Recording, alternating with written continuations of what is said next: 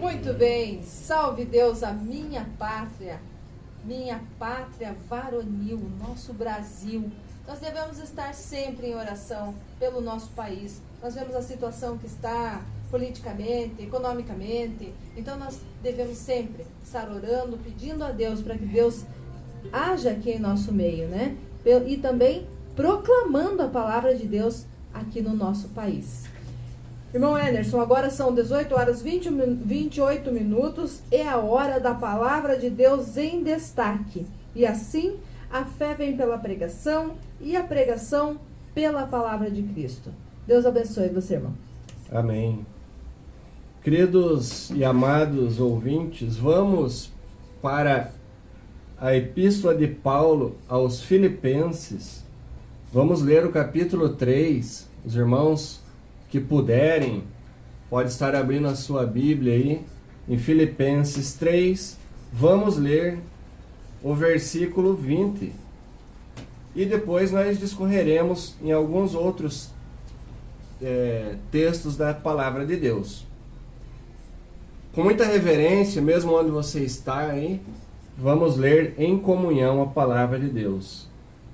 E assim diz o texto: pois a nossa pátria está nos céus, de onde também aguardamos o Salvador, o Senhor Jesus Cristo.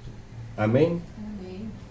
Pai Santo, muito obrigado, Senhor, por este versículo que nos fala muito, Senhor, através daquilo que o Senhor tem colocado na Sagrada Escritura.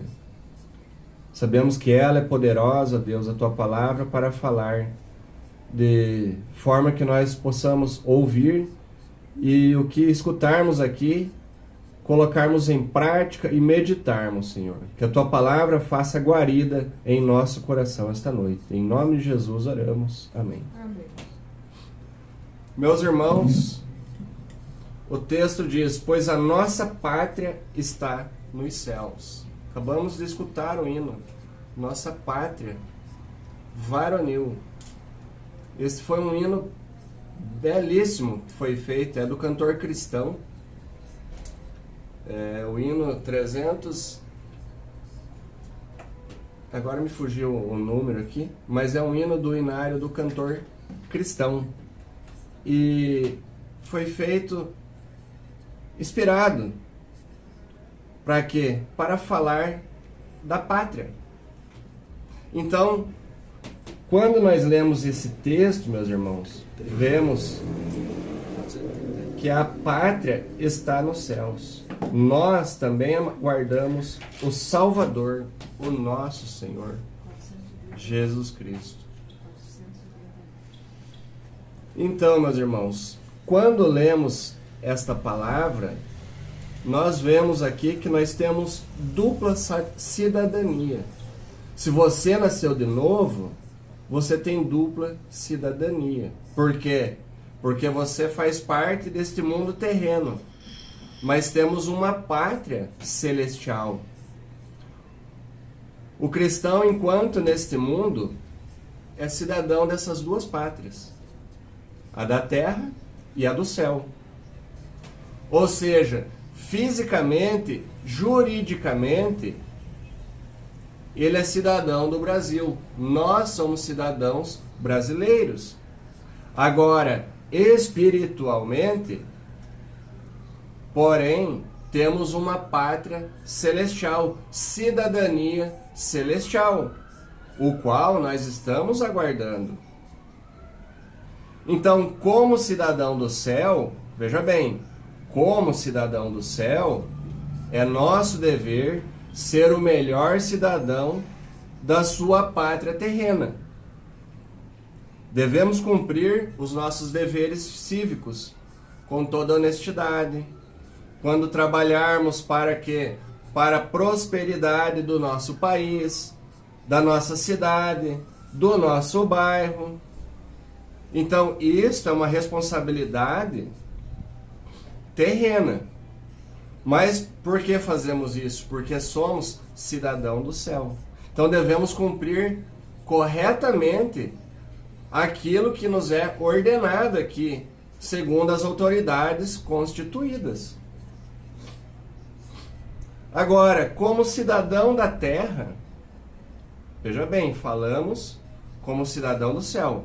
Agora, como cidadão da terra, devemos aplicar o nosso tempo, os nossos bens, as nossas forças e os nossos talentos para a consolidação e o crescimento do reino de Deus, tanto no Brasil, tanto em Telêmaco Borba, ou no mundo. Agora mesmo, temos nossa querida irmã, que está lá em outro continente, está lá em continente europeu, está nos acompanhando. Então lá, ela faz parte daquela cidadania terrena. Então ela cumpre com aquilo que aquele país ordena para ela. Ela tem que cumprir os deveres cívicos, com honestidade e trabalhar, enquanto ela é uma cidadã do céu. Agora, quando nós somos cidadão aqui terreno, da terra, devemos aplicar todos os nossos talentos, nossas forças, para quê? Para que o reino de Deus cresça aqui em Telêmaco, no mundo, em qualquer lugar. Então, devemos fazer como servos de Deus, como testemunha, tanto terreno como celestial. Uma coisa caminha junta com a outra. Não tem como separarmos. Embora, enquanto estamos aqui, somos falhos.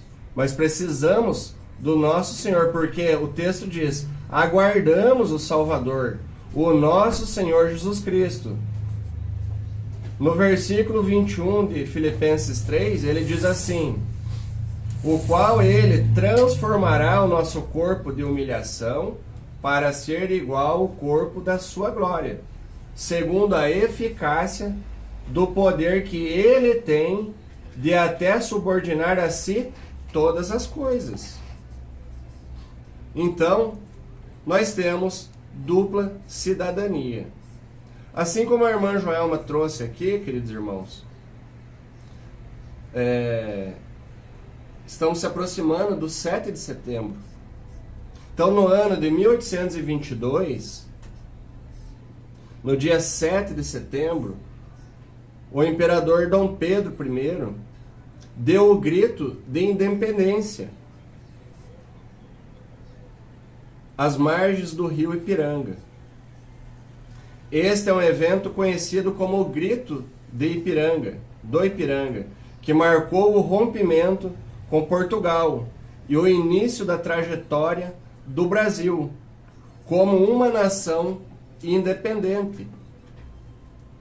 Ou seja, foi um grito de liberdade. E isto, as pessoas estão hoje, é com grande pesar que nós falamos, que nós estamos esquecendo o que aconteceu há 203 anos atrás. Então Pedro de Alcântara, o Dom Pedro I, ele deu o grito de independência, colocando o Brasil como uma pátria soberana, República Federativa do Brasil. Então, meus irmãos, quando nós vemos, nós devemos seguir esta pátria, porque estamos aqui como pessoas terrenas. Não é de ver quando escutamos ou vemos a bandeira do Brasil, podemos ver que a nossa bandeira é uma das mais belas que temos, a mais bonita do mundo. Quando ouvimos o hino nacional, o hino brasileiro, não podemos evitar a nossa emoção. Aquela emoção que ferve o nosso sangue. Olha, eu não acredito que um brasileiro verdadeiro que defende os princípios da família, quando escuta o hino nacional, não fica emocionado. Por quê? ele defende a sua pátria. Embora hoje estamos vivendo um mundo completamente atribulado, mas quando vemos esta bandeira sendo ateada ali, e o hino, ficamos emocionados. Mas, meu querido ouvinte, devemos deixar maior emoção ainda nos dominar a nossa alma quando louvamos a nosso Deus, porque lá no Calvário, Jesus Cristo deu o grito de independência. Ele falou: está consumado. Jesus consumou a nossa redenção e fez de nós, que nele cremos, os súditos do seu reino. Por isso a nossa pátria celestial nos aguarda. É triste quando vemos pessoas que só se preocupam com coisas terrenas. Como lemos aqui, se nós olharmos para o nosso texto, 2 versículos anteriores, nós lemos o versículo 20 do capítulo 3. Mas olha o que diz os versículos 18 e 19. Tome nota aí. Diz assim: pois muitos andam entre nós, dos quais repetidas vezes eu vos dizia, e agora vos digo, até chorando, que são inimigos da cruz de Cristo. E o destino deles é a perdição, e o Deus deles é o ventre, e a glória deles está na sua infâmia, visto que só se preocupam com as coisas terrenas. Então, essas pessoas estão preocupadas somente com aquilo que é terreno. Eles não veem esperança. Não têm esperança na pátria ou da pátria celestial, assim como nós, como você que creu em Cristo, você que nasceu de novo. Se você é um cidadão do céu, você não apenas se preocupa com o terreno, mas com a sua pátria celestial. Paulo também, em 1 Coríntios, capítulo 15, 19, diz assim: se a nossa esperança em Cristo se limita apenas a esta vida, somos os mais infelizes de todos os homens. Veja bem o alerta de Paulo. Se a nossa esperança em Cristo se limita apenas nesta vida, somos os mais miseráveis, os mais infelizes de todos os homens. Querido irmão e amado ouvinte, eu falo para aqueles que são nascidos de novo e por aqueles que ainda não entenderam como é a salvação. Quando nosso Senhor se entregou por nós, foi para que todo aquele que nele crê tenha vida eterna. Então, quando você tem uma vida eterna, você tem uma esperança futura, uma esperança que nos aguarda. O próprio texto de Romanos, capítulo 8, do versículo 18 até o 23, vai dizer. E agora, todos os que nasceram de novo podem ter a liberdade de Cristo. Assim como o nosso país teve uma liberdade, nós temos liberdade no nosso Senhor Jesus Cristo. E o que Ele fez, o fez para que nós pudéssemos nascer de novo. Agora nós não somos mais escravos do pecado, mas somos libertos pelo Senhor. 2 Coríntios, capítulo 17, capítulo 5, versículo 17, diz assim: e assim, se alguém está em Cristo, é nova criatura. As coisas antigas já passaram, eis que se fizeram novas. 18 diz assim: ora, tudo provém de Deus, que nos reconciliou consigo mesmo por meio de Cristo e nos deu o ministério da reconciliação. Ou seja, se alguém está em Cristo, nova criatura é. Então, coisas velhas já passaram. Agora se fez novo. Você já creu em Cristo? Você já tem uma nova vida? Ou você vive ainda como se estivesse na velha vida? Veja bem, o encontro com Jesus Cristo transforma a nossa mente, ele nos redireciona os nossos sentimentos, ele muda o nosso caminhar, ou seja, o nosso destino. Então, você, quando encontra com Jesus Cristo, nunca mais será a mesma pessoa. Depois do encontro pessoal e verdadeiro com o nosso Senhor, você nunca mais será a mesma pessoa. Passamos a ter um relacionamento com Deus, numa comunhão entre um filho com o seu pai. Esse relacionamento, esse encontro com Cristo é uma experiência única. E não acontece sem que a pessoa receba Jesus Cristo pela fé como seu Senhor e Salvador. Ainda em 1 Coríntios, capítulo 12, versículo 3, diz que ninguém pode dizer Senhor Jesus, senão pelo Espírito Santo. Ou seja, o Espírito Santo fala ao nosso coração através do quê? Através da palavra. A palavra de Deus é pregada, a palavra de Deus é exposta. Aí, se não for pelo Espírito Santo trabalhando em seu coração, no meu coração, nós não podemos chegar a Jesus Cristo. Ninguém pode dizer Senhor Jesus, se não for pelo Espírito. Então, cremos e nos arrependemos, e no mesmo momento nascemos na família de Deus, por meio de Cristo. Como diz ali em 2 Coríntios. Foi isso que o texto diz, versículo 18. Capítulo 5, versículo 18. Ora, tudo provém de Deus, que nos reconciliou consigo mesmo, por meio de Cristo, e nos deu o ministério da reconciliação. A saber, que Deus estava em Cristo, reconciliando consigo o mundo, não imputando aos homens as suas transgressões, e nos confiou a palavra de reconciliação. Então, tudo provém de Deus. Agora, meus queridos irmãos, e você que ainda não creu em Cristo, devemos olhar para Ele e almejar uma pátria celestial, não nos apegarmos somente neste mundo. Agora, um alerta para pessoas que estão servindo a denominações, servindo a homens, servindo a uma religião. O texto diz em 2 Coríntios: se alguém está em Cristo, nova criatura é. Se alguém está em Cristo. Não é se alguém está nessa ou naquela denominação.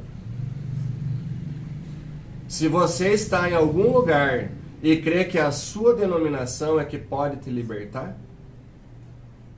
sinto muito em te dizer, mas você não teve um novo nascimento. Mas, irmão, o ancião da minha igreja, o cooperador da minha igreja, diz que o batismo lá nela é exclusivo, somente naquela igreja. Ele considera os outros como primo. Ele diz que tem que guardar o sábado. E assim por diante. Ele diz que tem que crer no livro de uma falsa profetisa ou de um falso profeta. Até tem o nome de Jesus Cristo nessas igrejas, nessas denominações.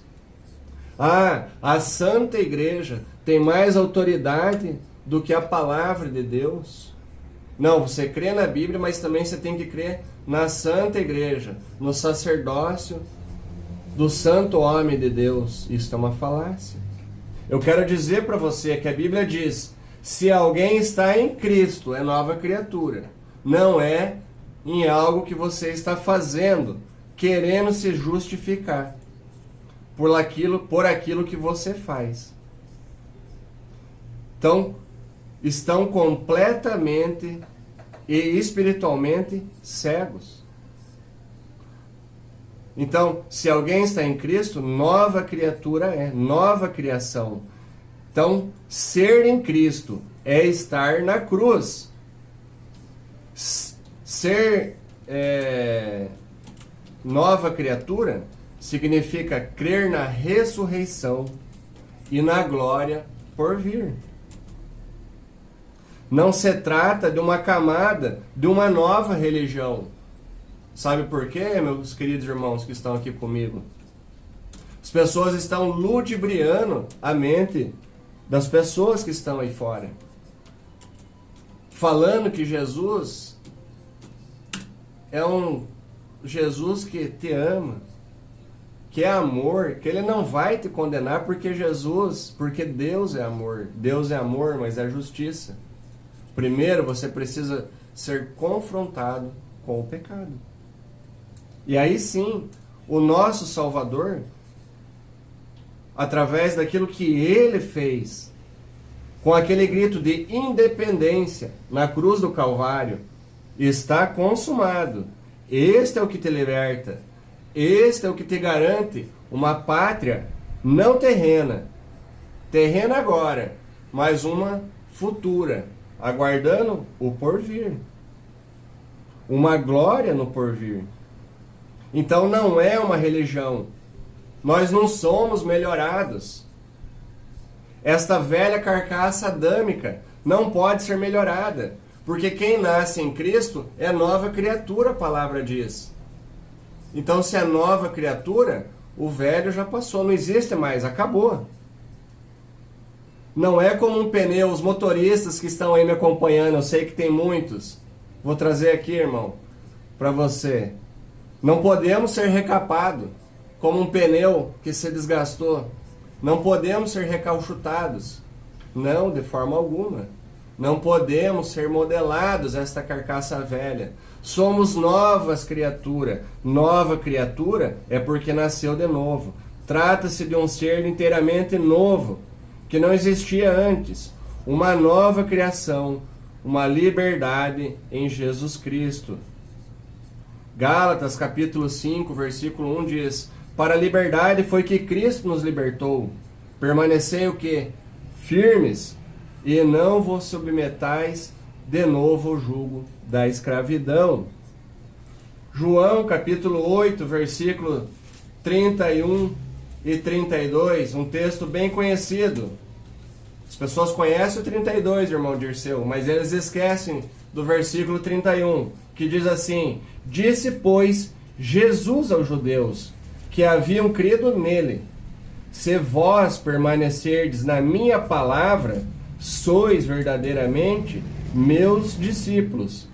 Aí segue-se o 32. E conhecereis a verdade, e a verdade vos libertará. Então, iniciamos falando, meus queridos e amados ouvintes, de uma dupla cidadania. O que o homem terreno fez gritando: independência ou morte, livrando o nosso país da servidão de Portugal. Mas Jesus Cristo, no Evangelho de João, capítulo 19, versículo 30, disse: está consumado, tetelestai, ou seja, totalmente pago. Jesus pagou o preço caríssimo por mim e por você, livrando a humanidade da servidão ao reino de Satanás. Hoje você pode dizer que é um cidadão celestial? Você pode dizer que é uma nova criatura que está aguardando o nosso Senhor e Salvador Jesus Cristo? Fica a pergunta para você meditar. Se você não nasceu de novo, ore: Senhor Jesus Cristo, eu sou um pecador, preciso nascer de novo, nascer em Cristo Jesus. Creio que o Senhor morreu e ressuscitou ao terceiro dia, e que somente através de Ti eu posso ser resgatado do pecado. Então, se você não fez esta oração, faça. Comunique com o seu vizinho, com o seu amigo, com o seu pastor, com aquele que pregou a palavra, conosco aqui na rádio. E nós daremos glória a Deus por mais um pecador que se arrepende. Porque Cristo disse: está consumado, está pago a dívida. Basta crer em mim para a salvação. Amém?